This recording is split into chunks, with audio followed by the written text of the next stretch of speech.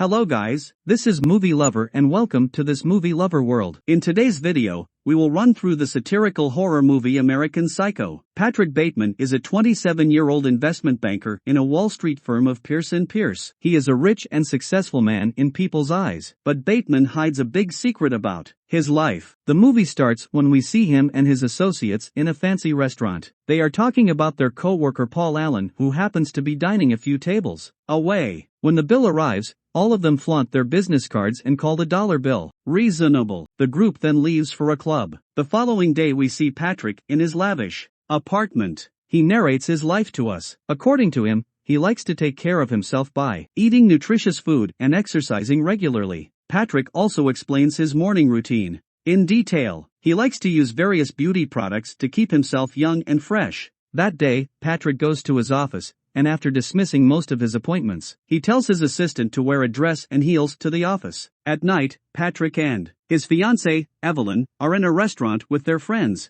He assumes that Evelyn is having an affair with a guy named Timothy Bryce, but he doesn't care because he is also having an affair with Evelyn's best friend, Courtney Rawlinson. Courtney is engaged to one of Paul's co-workers, Louise. Later, he calls Courtney and convinces her to go out to dinner with him. She is high on drugs, so he orders the food for her. The next morning Patrick is in the conference room of his office. Paul Allen, his co-worker, mistakes him for a person named Marcus, but Patrick goes along with it. After Allen leaves, Patrick shows off his business card to his colleagues. The group starts comparing it to their own. Patrick's card is the best in the lot until one of his colleagues shows them Allen's. He is petrified to see Allen's card better than his. On his way back home, he comes across a homeless man and offers him money. As they are talking, he takes a knife out of his briefcase and stabs the man. He also kills the dog beside him. Beneath his lavish and successful life, Patrick Bateman is a serial killer. He has no emotions except for greed, and his mask of insanity is about to slip. He meets Allen again at Evelyn's Christmas party. He still thinks Patrick is Marcus. They plan to meet at a restaurant for dinner the following day. Allen is already at the restaurant when Patrick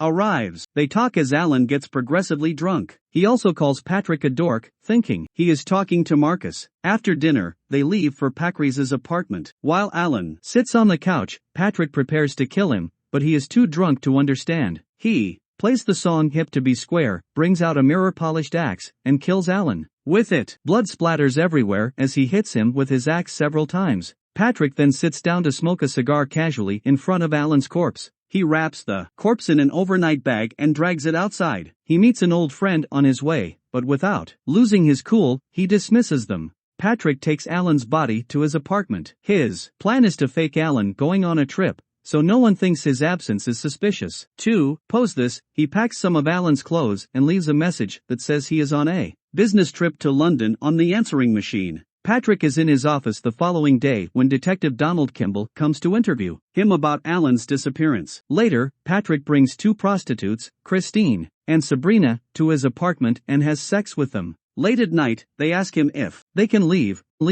but he has other plans. He takes out several knives and weapons to harm their body. This arouses him sexually. The girls leave in the morning with several injuries. Patrick is hanging out with his friends in a bar when Courtney's boyfriend Louise shows them his new business card. It is better than Patrick's as well. This angers him, so he goes after him into the bathroom and tries to strangle him to death. But as Louise notices him, he mistakes the gesture as a sexual advance and tells Patrick that he has always loved him. This surprises Patrick, so he quickly leaves the restaurant. Detective Kimball is at Patrick's office the next day. He asks him several questions about his last meeting with Allen. They decide to meet for lunch in a week. That night he is at Courtney's place. She seems distressed, but he doesn't notice it. Later, he does drugs at a club with his associates. The following day, he invites his assistant Jean to dinner and asks her where she wants to go. Jean answers Dorcia but is ready to go anywhere he takes her. Patrick calls Dorcia and pretends to book a table. He asks her to meet him at his apartment at 7 for drinks. Jean agrees. At night, they meet at his place. While they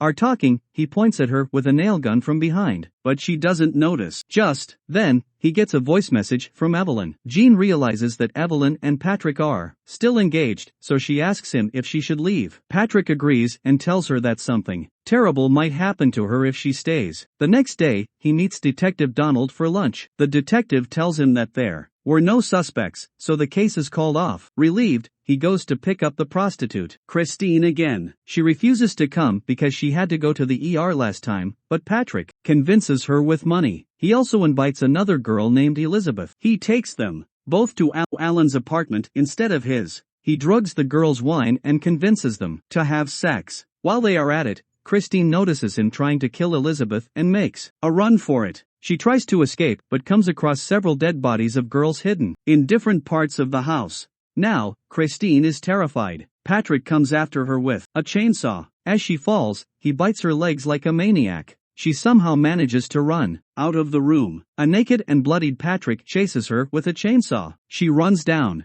the stairs, and when Patrick feels like he cannot reach her in time, he drops the chainsaw on her, killing her instantly. The following day, Patrick is with Evelyn in a restaurant, where he breaks off their engagement. On his way back home, he uses an ATM and sees a cat in the street beside it. Taking his gun out, he is about to shoot it when an old lady stops him. So, instead of the cat, he shoots her. However, this time, the police are around. Patrick tries to flee from the scene but is stopped by the police. This causes them to get in a shootout. He blows up the police car, killing all of the policemen, and quickly runs away but enters the wrong building. When he notices his mistake, he kills the building receptionist and, on his way out, kills a janitor too. He then runs to an office that he believes is his. A police helicopter is looking for him outside. Frantically, he calls his lawyer Harold Carnes and leaves a message on Harold's answering machine. In the message, he confesses his crime and reveals that he has killed almost 40 people, including several hookers, homeless people, his old girlfriend, and others. He has eaten some of their brains as well. Most of his murders are documented in tapes. Patrick also tells him to meet him at Harry's bar. The next day, he goes to Alan's apartment again to find it completely clean and empty. A real estate agent is in the apartment who tells him that it doesn't belong to Paul Allen, and asks him to leave. He goes downstairs and calls Jean from a telephone booth. She notices the franticness in his voice,